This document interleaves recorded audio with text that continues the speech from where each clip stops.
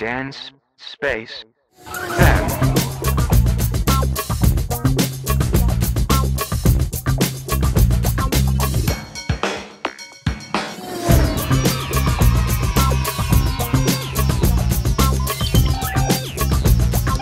Dance Space Van.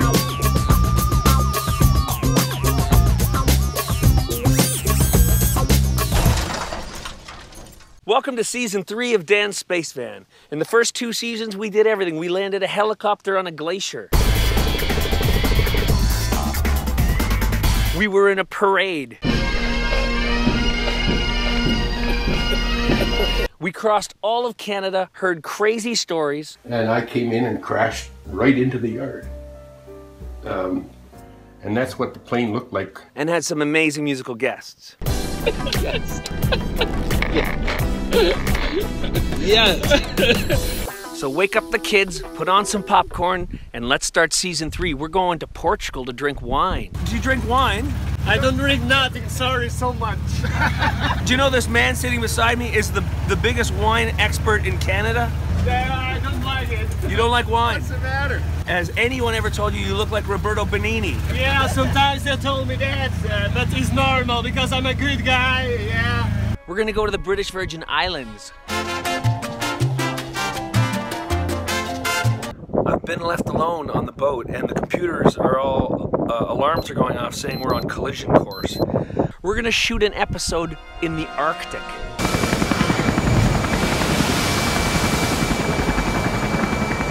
And we got a load of musical guests that are gonna blow you away.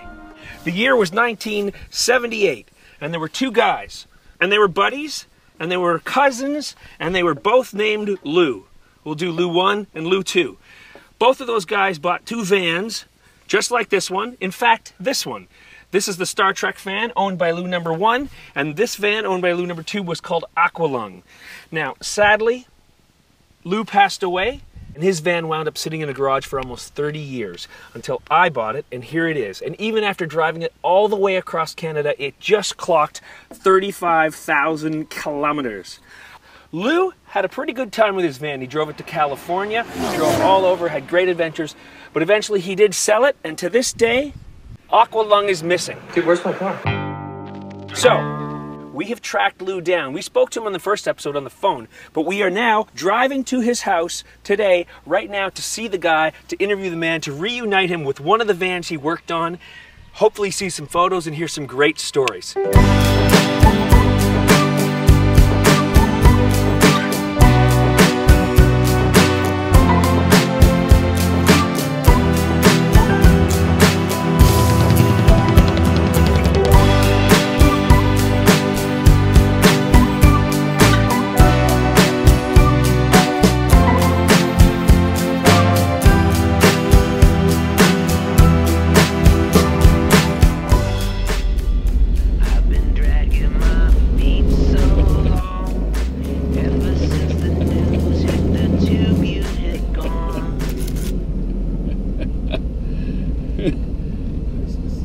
Are you Lou? We found the man. Lou! Wow. Get in! I can't believe it after all these years. This is incredible. Reunited! Wow. It's incredible. So this is the van that you worked on this van. You worked on both. Oh yeah. We did everything. Everything you see did here, this? We did it, yeah. We even put these seats together. I got to tell you, we did the whole thing. How old were you? I was 18, 19 years old. This is unbelievable. I can't believe it.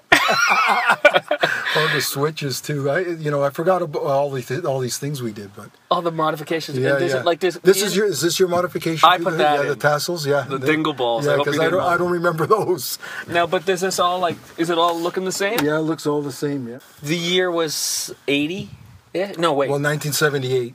Right. We bought the 2 vans in 1978. Started customizing. By 1980, they were both basically finished and on the road. It's the hottest day of the year. Yeah, I know. It's so hot. It's so hot. Why didn't you guys get air conditioning, damn it? I'll tell you. You spent all this money on fancy paint jobs, nice tires. A GMC van back then was $6,500. Wow, that's what this van cost? This was brand new, cost $65. Right. just totally stock. We bought it stock without a seat. Without a passenger seat. It just came with one seat? One seat, because they were delivery vans. Oh my God. So it was just extra empty. seat, it was empty. Completely a shell. Okay, when we're talking about two vans, you had a van called Aqualung, yeah. which we're still looking for. Right here in this photograph, you've got the two vans. You've got the Star Trek, and you've got my van, Aqualung. So again, Louis was my cousin. And there you are. There I am. Yeah, just before I sold mine. That's the way I gave it to the guy. And this is the still missing. It's still missing. Still missing in action. Don't know where it is. I sold it to an artist that went out west with it to Vancouver. Yeah. Same thing where this ended up. I don't know why they end up out in Vancouver, but both of them ended up there. So bloody hippies. The hippies out there. You know, it took them 20 years to catch up, or 30 years to catch up to us out here out in the east. But he took it back then, and I don't think it would be still alive. We're not going to stop looking for it. All right, that'd be great. What would you do if we found that? Wouldn't that be like... Oh, well, I don't know what I'd do, but if it's in any kind of condition, I'd want to buy it back. Yeah? Oh, yeah, I'd buy it back, sure. Wow. Oh, yeah, that would be great. Here you got pictures of my father in it, right, in the van. And this is my grandfather in California when I drove down to California at 20 years old. Oh, my God. Yeah, that's Is that your van? That's my van, yeah. But what happened is somebody hit me. Then it changed to this mermaid here. We dressed her up because I got pulled over a few times by officers trying to arrest me because of the nudity. Yeah, the nudity, yeah. Really? Honest, yeah. And in Windsor, the police officer pulled me over and took me to the station, right, and was wanting to charge me for indecent exposure of a piece on a van. The interior of yours was blue. Yeah. So it was all the same, but kind blue. Of, yeah, mine was a little different. I didn't have the two seats in the back. I had a wood floor with a panel going down the middle that played with the music, like a discotheque. It was like a disco theme kind of thing.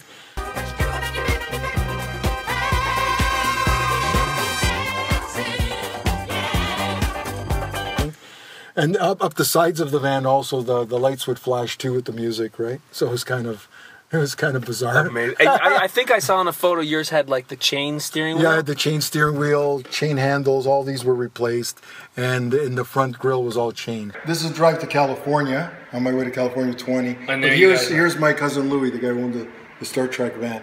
Yeah, that's my brother, my other brother. So I photographed everybody in the family here. Okay, so let's talk about that era. Like, out of all your other friends, and were you the only guys that had this? We had another friend. His was called the Caveman. So you can imagine. I can imagine the paint job already. Oh yeah, you can imagine. Whatever you're thinking, that's what it looked like. It was probably the most controversial of them all. It was cave themed. Right. Okay. So, were you like? Did people think you guys were crazy, or did they think you were the coolest dudes on the block? I'd say were these vans helpful for your lives? Well, we had a lot of fun. How's that, Lou? It has been an honor to run into you and meet you and reunite you with the van, and I hope it's been a positive. I really appreciate it. Thank you. Let's go for a ride. I grew up on the 8-track, and any day now they'll come back. I'm tangled up on the floor in the headphones cord. Back when DJ meant DJ, and roller disco on Sundays. The hiss and crackle and skip, them woofers flutter and clip. Let's go back when two hearts, they never hurt no one. When two hearts, they added up to one, and that heart could never come undone. Oh, DJ, spin that track, somebody take me back. I got no beepers, no pagers. See, this song is so old that I just sang about beepers and pagers. I got no beepers, no pagers. Just Farrah Fawcett Lee Majors. the sunset driving at dark, we cruising gently in the park. I'm making out on a shag rug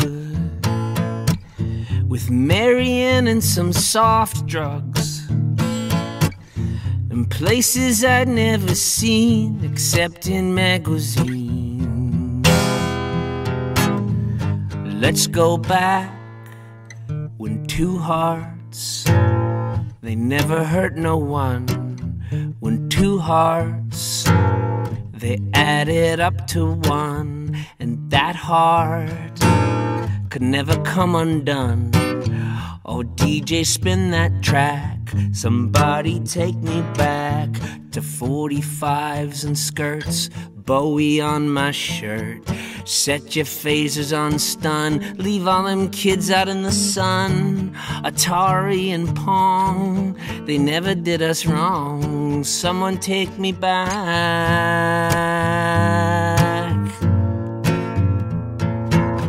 When two hearts, they never hurt no one. When two hearts, they added up to one, and that heart, it never weighed a ton.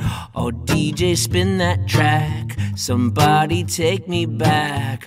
Oh, play it all night long. Oh yeah, come on. Oh, DJ, spin that track. Somebody take me back.